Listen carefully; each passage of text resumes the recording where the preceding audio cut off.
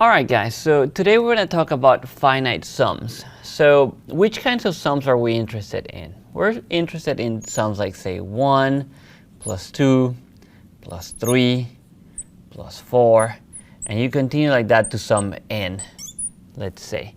So writing that out all the time is going to become really annoying.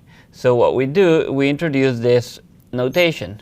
This will be written as the summation, capital sigma for S for sum.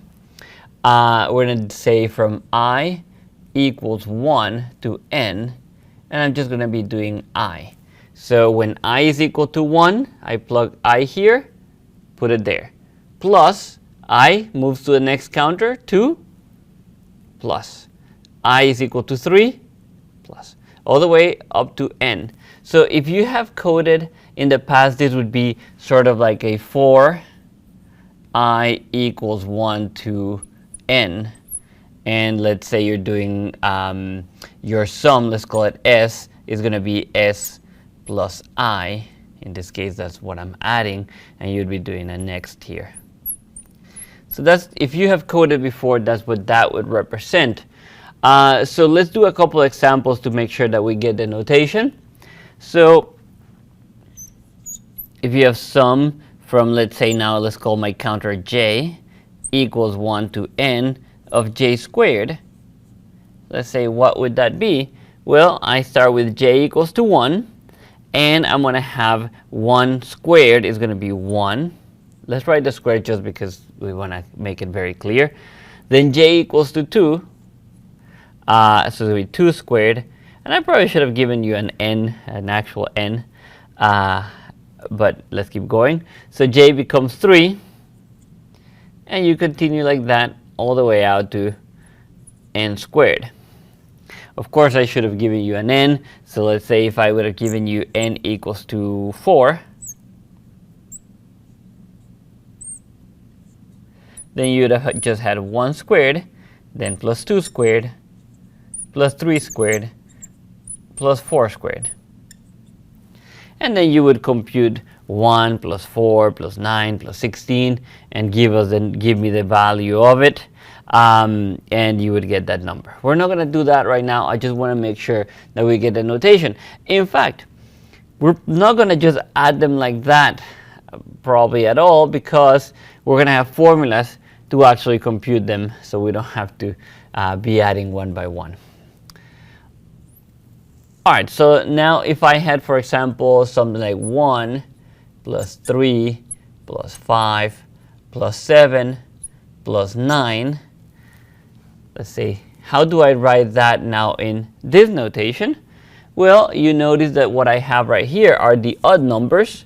So you would say that this is going to be something of the form j equals to 1, 2, how many terms do I have? 1, 2, 3, 4, 5. To 5, ooh, the 5 got cut off, but there's a 5 there. And then here I would have 2j minus 1. Why do I know it is 2j minus 1? Because firstly, I need an odd number. So it's going to be either 2j plus 1 or 2j minus 1. But I also wanted to start at 1. So when I plug j equals to 1 here, I get 2 times 1. If I do plus 1, I start my count on 3 instead of on 1. So I do minus 1. So that's also good to say. Whenever you're adding odd numbers, you're going to always write them in the form 2j plus or minus 1. Whenever you're doing even numbers, you're always going to be writing them as 2j only. Then squares, of course, you're going to have j squared, and then cubes and so forth and so on. But these ones appear often. Then there could also be things like, say, let's do the evens now. So 2 plus 4, and I guess I'm going to put a minus here. Minus 6 plus 8, and then minus, and continue like that. Or let's leave it here. Let's just do a finite number of them. So let's go up to, for example, minus 10. How would you write something like this? Well, now I have how many terms? 1, 2, 3, 4, 5. So again, it's going to be the sum from j equals 1 to 5. because that's how many terms I have. And then I am going to know that I have something, and I'm going to leave space here, of the form 2j. Because when j is equal to 1, I start with 2. J is equal to 2, I go to 4. J is equal to 3, I go to 6. But now I have the signs alternate. And so how do I do that?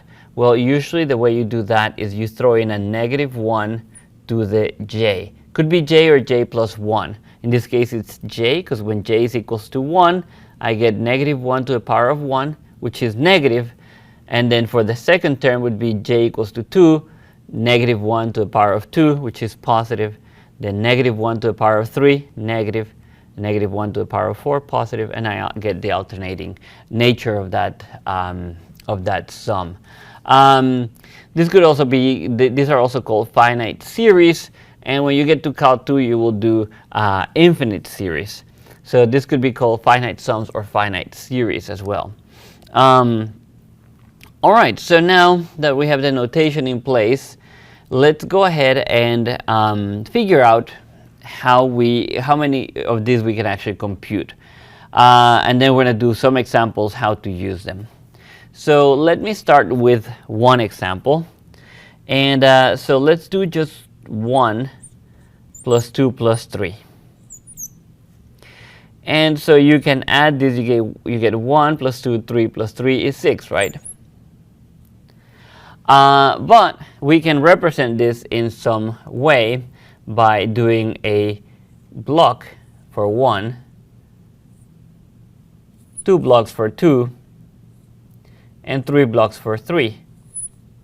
And if we assume each block is of 1 unit squared of area, then the area of this triangle would be the sum of the squares. But you also know that the area of a triangle is going to be base times height over 2, but I need more than that. The way I'm going to do it to actually compute it, because if I do base times height over 2, I would be getting this right here.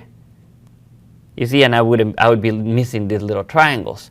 But what I can do is I can grab this exact same figure and flip it over and put it right by the other one. So the one that I have here goes, sorry, the 3 that I have here go over here. Oh, goodness, 3 only. I'm making 4.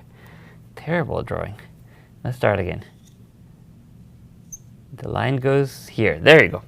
Now these 2 go over here. So I flip them and go over here. And this 1 goes over here. And I went too high, but you get the idea. I get a rectangle now, which has base 4 and height 3. Of course, if I would have drawn it all flat, which would be the case. So I get that the area of this rectangle is 12 base times height. But I don't want the whole rectangle, I want a half of it, because now I have the green rectangle, which is the sum I want, and I get the orange or yellow rectangle, that is the one I don't need. So I'm going to divide by 2, and that's going to give me 6, which is the same sum that I had before. So that is one way of visualizing this sum, and so we're going to try to do it for 1, 2, 3, all the way up to n. So let me erase here and we'll try to compute that. All right, so let's go ahead and try to do it for 1 plus 2 all the way out to n. So now we could do the same thing and draw it. And the way we'd end up with a base of n plus 1 and a height of n. But there's a different way of doing it. So let me go ahead and call this sum s. And I'm going to do one thing. I'm going to write another s, but I'm going to add it in the opposite order.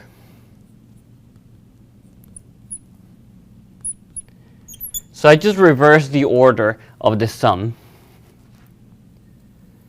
And we sum it the way we would do back in elementary school, right? So I get 1 plus n is going to be an n plus 1. Now you have n minus 1 plus 2 is n minus 1 plus 2, n plus 1 again. And here you get n plus 1 as well. And here you get 2s. So what happens is every time I'm adding 1 to go from here to here, on the bottom row I'm subtracting 1 to go from here to here. So I'm adding 1, subtracting 1, the sum is always going to be the same. It's always going to be n plus 1. And how many terms do I have? I have 1, 2, 3, 4, 5, 6, 7, 8, all the way to n. So I have n many of these times n plus 1. And so if I divide by 2, I get my sum, which is going to be equal to the sum from I equals 1 to n of I is going to be equal to n times n plus 1 over 2. So I don't have to compute 1 plus 2 plus 3 plus 4. I just plug it into my formula. And there's a story that when Gauss was a little kid, I don't remember exactly the age, the class was being very boisterous, and the teacher told him, sit down and add the numbers 1 plus 2 plus 3 all the way to 100, expecting that this would take them a long time. But Gauss, when he was a kid, he thought of the proof with the areas, or with the idea with the rectangles, and he within seconds came back to the teacher and gave the answer, because he said, well, 1 plus 2 plus all the way to 100. Now, I got it in there. Using the formula is going to be n, which is 100, times n plus 1, 101, divided by 2. And so that's going to be 50 times 101. And then he multiplied that, which wasn't too difficult, and gave the answer to the teacher.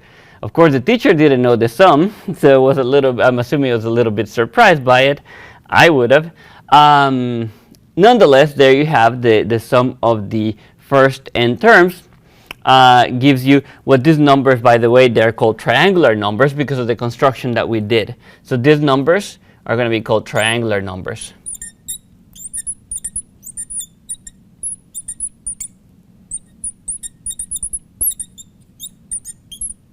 Now, of course, if you pick n to be 1, 1 is a triangular number, which is just one block, but it's going to be a triangular number. And 1 is also a square. The next number that is a triangular number and it's also a square is 36. 36 is 6 squared, but it is also going to be a triangular number. And that's going to be when you go up to 8. So when you sum 1 plus 2 plus 3 plus 4 plus 5 plus 6 plus 7 plus 8, you get 8 times 8 plus 1, 9, divided by 2, so it's 4 times 9, 36. So 36 is another one, and the next one is 200 and something. I don't remember exactly the number, but it's a good exercise to try to find them.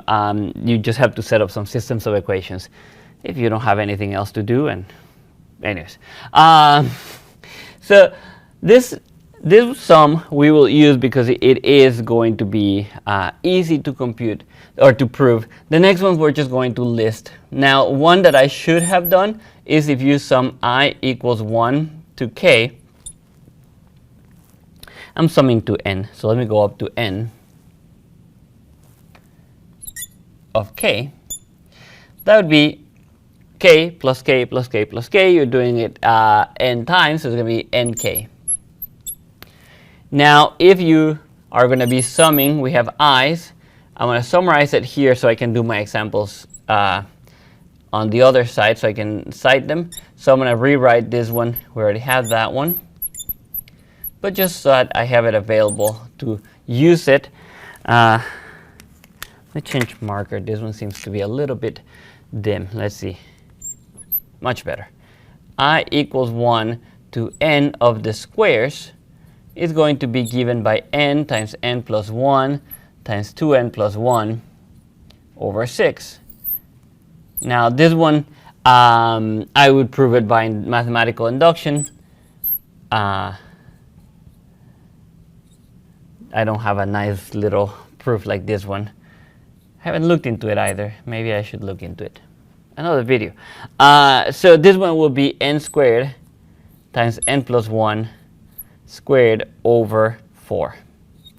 So we're going to use these formulas now to solve some finite sums that will be a little bit more complicated. All right. So now there's a way to solve this one by just shifting the sum and then computing a few terms to make it match this one right here. But we're not going to do that. What we're going to do is just FOIL it out and then apply all of the formulas we have. So when we FOIL this out, I find that this is easier than shifting the sum. I've tried doing shifting the sum, but not very many people liked it. So I think foiling is your easiest alternative. So when you FOIL it, you square the first. Well, then you're going to get the double product. So 2 times 2i. So it's going to be 4i. And then plus the square of the second, which is going to be 4. And now you're going to separate these sums. These are all finite sums, so they behave the same way that you normally would get by factoring.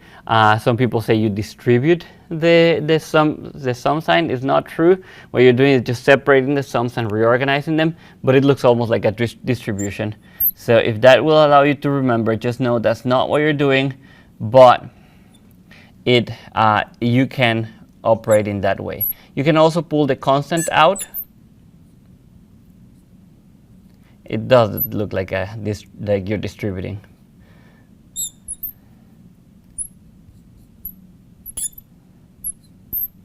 All right, and so we have that, and so then we just have to apply our formulas. So for the I squared, I'm going to get n. So I'm going to be using, maybe if I number them would be great.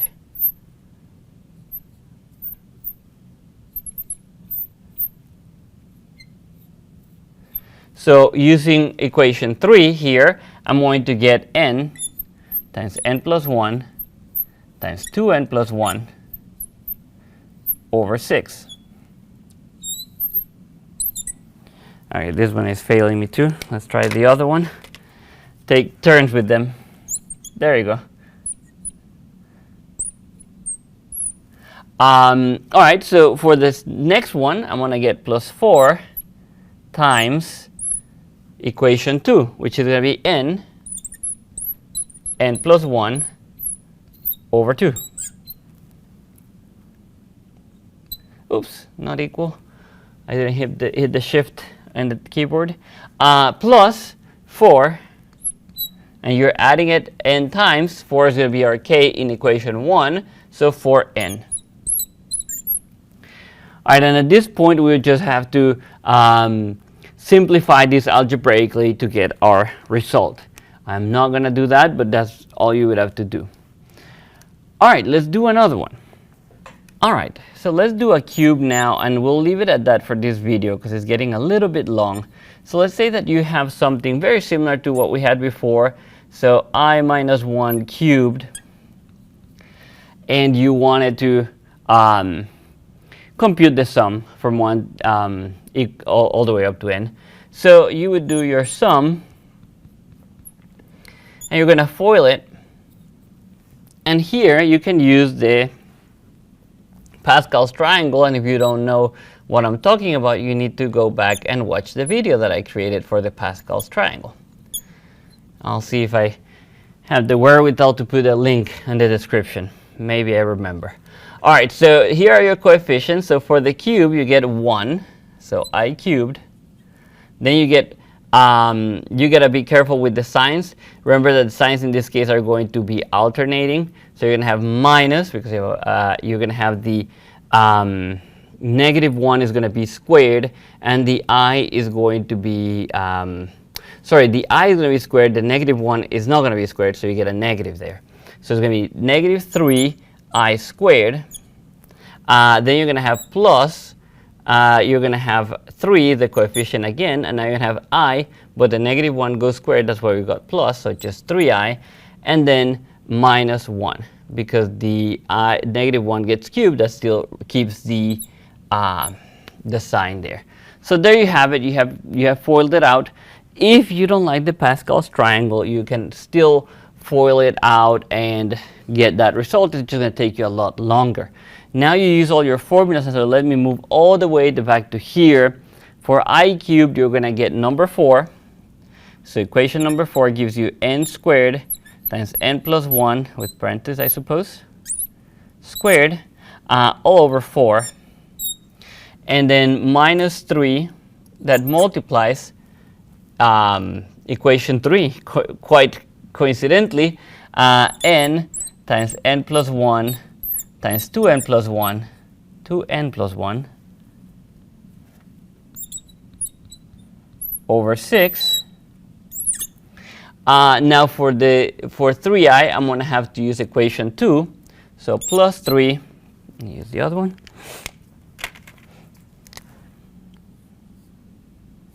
I let it rest, you see. I is going to be n times n plus 1 over 2. And then minus, the last one is going to be minus 1, so minus n. N times negative 1 is going to be minus n. And of course, you'd have to do all this simplify algebraically. However, for our purposes, I do not recommend that you simplify it algebraically, because we're going to be using this to compute areas of rectangles, as we did in the previous video. So we're going to have to compute limits, and the limits of the limit of a sum is the sum of the limits, so we can split it and deal with each limit individually, which is a lot simpler than actually having to combine algebraically, combine like terms to then finally compute a limit. It's a lot faster to not do that. It's a lot faster to leave it like this. So at the moment, let's just leave it like that. And we're actually wrapping it up here for this video. And in the next video, we'll use these sums to actually compute areas. All right, see you next time, guys.